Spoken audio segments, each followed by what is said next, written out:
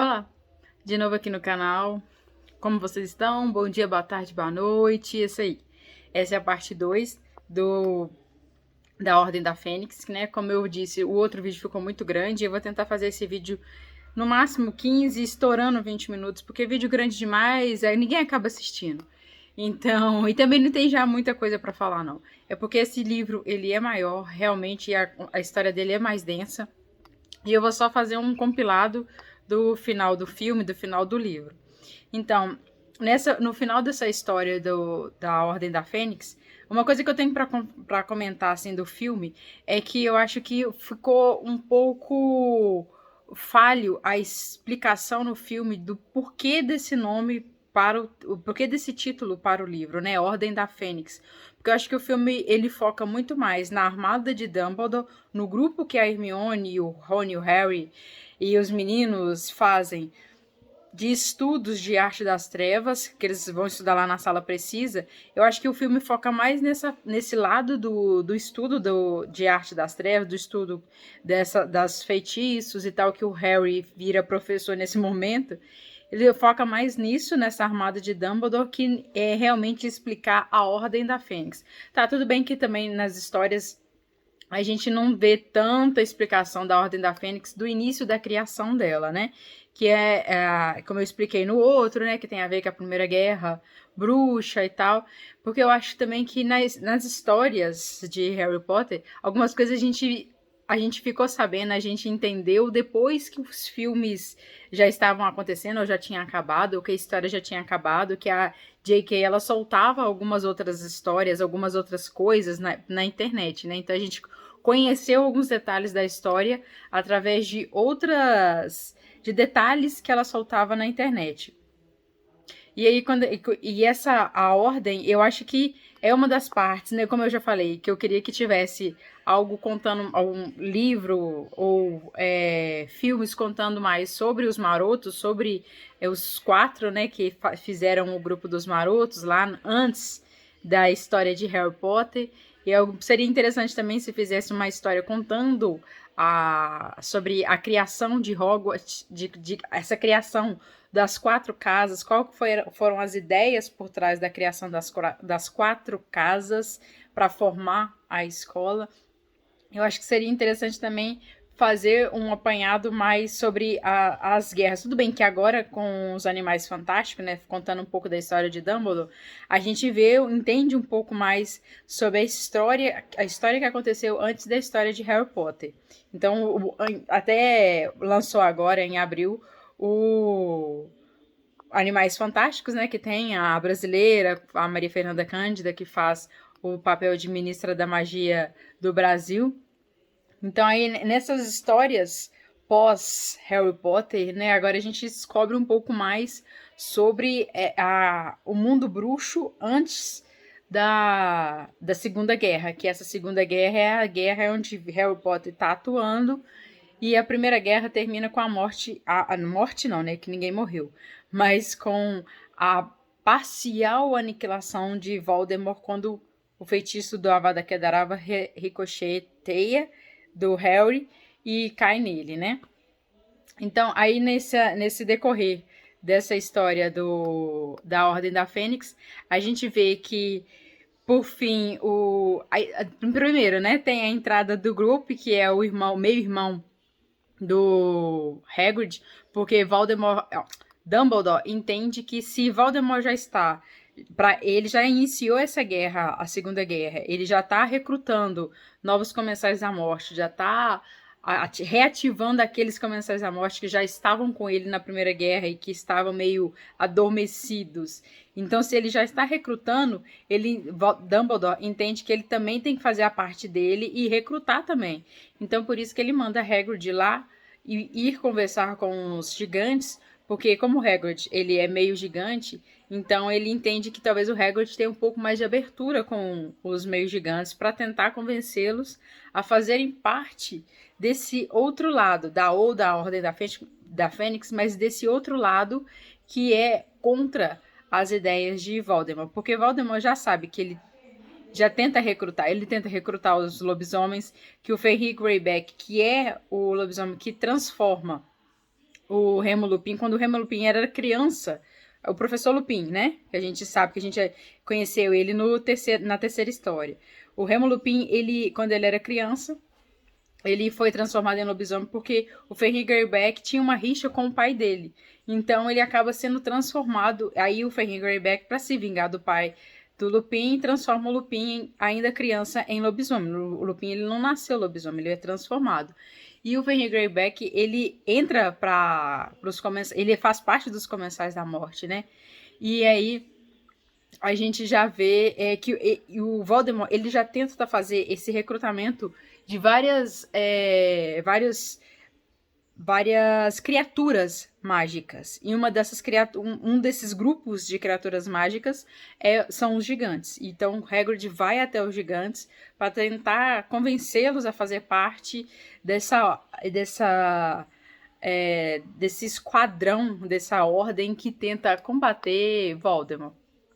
Então aí ele conhece o grupo, traz o grupo para Hogwarts, traz o grupo para a Floresta Proibida, e aí ele chama, né, os meninos para conhecer o grupo, para ver se eles podem proteger o grupo, porque o Hagrid sabe que agora que a Dolores Umbridge, ela consegue fazer, não é tipo assim, ela vai se mostrando no decorrer da história mais especial para cuidar de Hogwarts que o próprio Dumbledore, né? E o Cornélio Fudge. O Cornélio Fudge, que é o ministro da magia, ele tem medo, na verdade, de Dumbledore, porque ele sabe que Dumbledore é o maior bruxo que existe. Então ele tem medo de Dumbledore querer tomar o lugar dele como ministro da magia. Por isso que ele tem ele faz tanta questão de manter a Dolores lá em Hogwarts, porque mantendo a Dolores em Hogwarts, ele sabe de tudo que acontece dentro de Hogwarts, controla Hogwarts e sabe o que Dumbledore está fazendo, porque a grande intenção dele é tentar controlar Dumbledore, que é o maior bruxo, que na mente de Cornélio Fudge, ele quer tomar o lugar do Fudge, que ele quer ser ministro da magia. Então, quando eles descobrem a armada de Dumbledore, eles entendem e Dumbledore assume para ele a culpa de ter criado a armada de Dumbledore. Só que obviamente a gente sabe que não, que quem criou foram os alunos, quem criou foi Hermione, Harry, Rony, foram eles que criaram a armada de Dumbledore. Mas Dumbledore assume essa culpa e ele não, obviamente que Dumbledore não vai se submeter ao Ministério da Magia, mesmo e principalmente vendo que o ministro está totalmente desvairado, o ministro não está em seu juízo perfeito, o ministro está tentando prender a pessoa que quer salvar o mundo bruxo. Então ele foge, ele faz aquela cena de se agarrar a Fawkes, que é a fênix dele, e some. Ele foge daquela situação. Então ele não vai preso. Só que aí o posto de diretor fica vago e, claro, né, Dolores Umbridge assume esse posto na direção. Só que a gente vê que, graças a Deus, isso dura pouco, porque a gente tem aquela cena maravilhosa que a Hermione tem a brilhante ideia de levar ela para a Floresta Proibida, onde está o grupo, levando ela para lá. Já aparece o grupo, já aparece os centauros, e aí ela já tenta.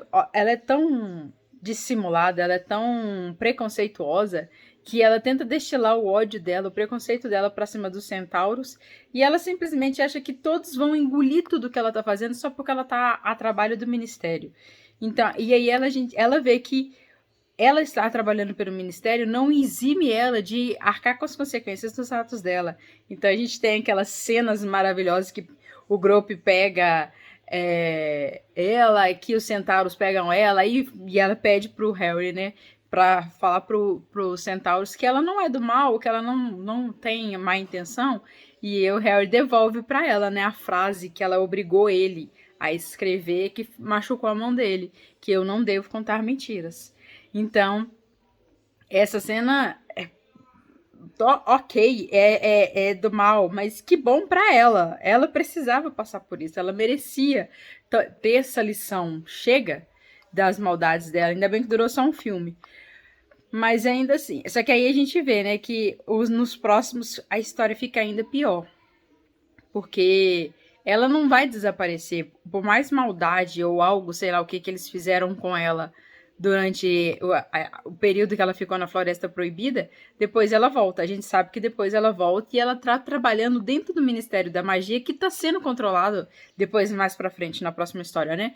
No Enigma do Príncipe e nas Relíquias da Morte, a gente vê que ela tá trabalhando no Ministério da Magia e o Ministério da Magia foi controlado pelos Comensais da Morte, que estão a trabalho de Voldemort. Então a gente vê que ela volta e ela não...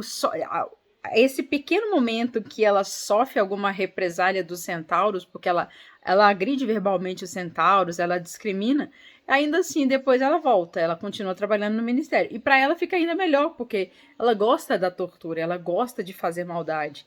Então, para ela voltar, ainda tendo a liberdade de agir como ela bem entende, é maravilhoso para ela, né?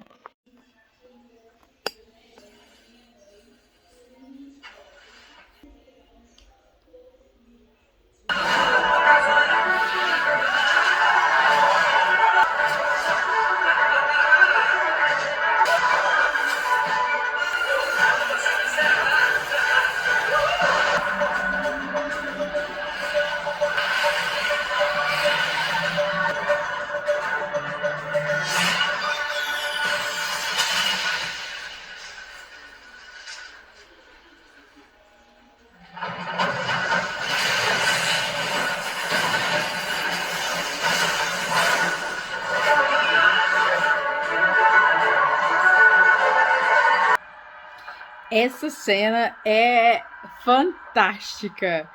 Quem entendeu a trajetória da Dolores Umbridge e como essa cena vale milhões, sabe do que eu tô falando? Essa cena, vê ela nesse desespero dela de ver essa ordem que ela tenta colocar no castelo o tempo inteiro, desmoronando, ver todos aqueles quadros de ordens dela desmoronando, ver os gêmeos Weasley fazendo toda essa brincadeira. Isso é fantástico. É uma das melhores partes da história dos filmes. Tipo assim, é uma das poucas cenas boas, né, desse filme. Porque logo em sequência a gente tem a parte que o Harry tem a visão do que tá supostamente acontecendo com o Sirius Black, e essa já é uma visão implantada, né, de Voldemort. Voldemort já coloca essa ideia na mente do Harry sem ser verdade.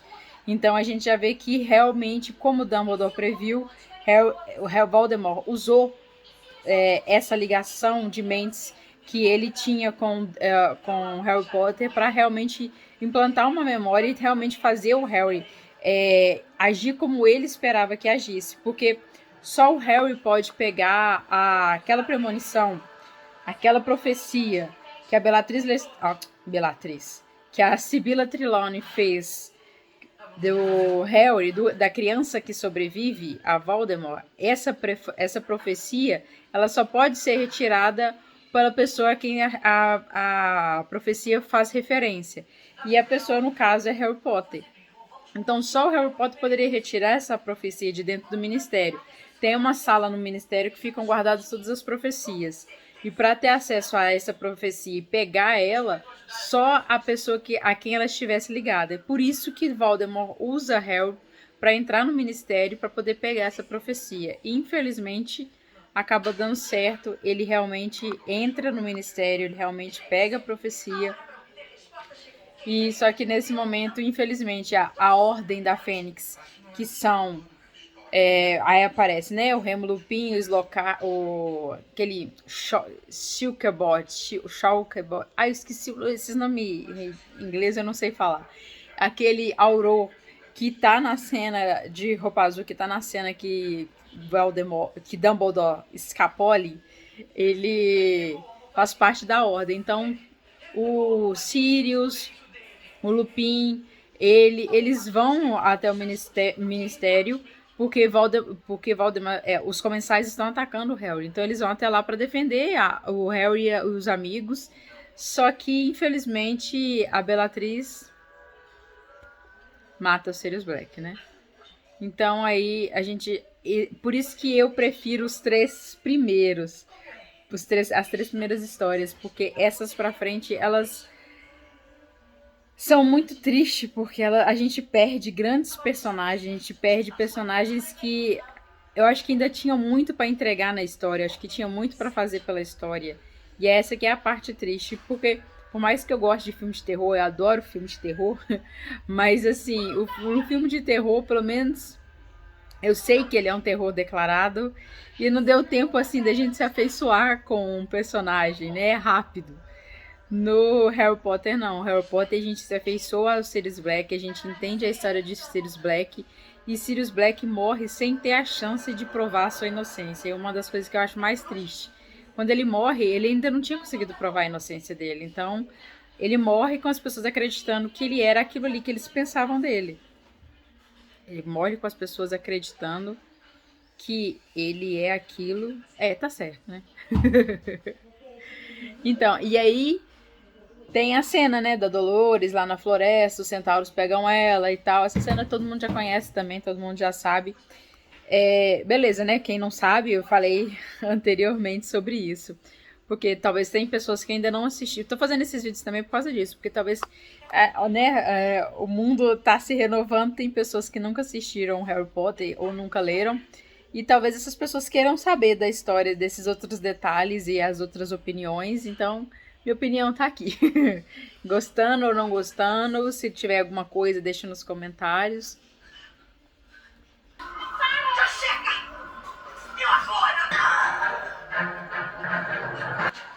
E a gente vê nessas cenas que a Dolores, ela não só machuca os centauros verbalmente, ela machuca fisicamente, né? Ela taca aquela corda nele e tá torturando ele. Então a gente vê que ela não é uma pessoa só de palavras ruins, que ofende só com palavras, ela machuca. O que ela fez com Harry, o que ela fez com os alunos quando obrigou eles a escreverem com aquela pena que marcava na pele, que usava sangue para poder escrever. Então, assim, ela é má de todas as maneiras e ela finge ser boa, que isso é o correto. É isso que eu odeio nela.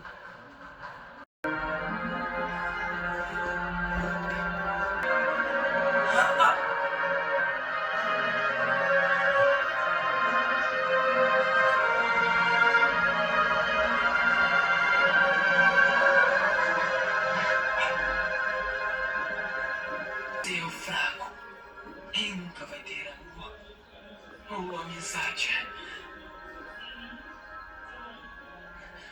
Eu tenho pena de você.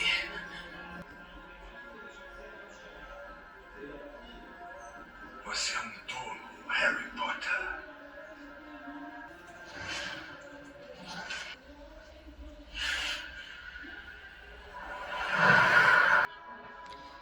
Então é isso.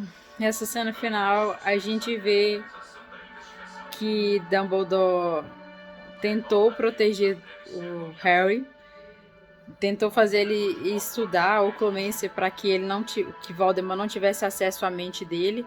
E é por isso que eu falo em um outro vídeo que esse para mim é um dos momentos de mais terror na história, porque a nossa mente é o único lugar de liberdade que a gente realmente tem.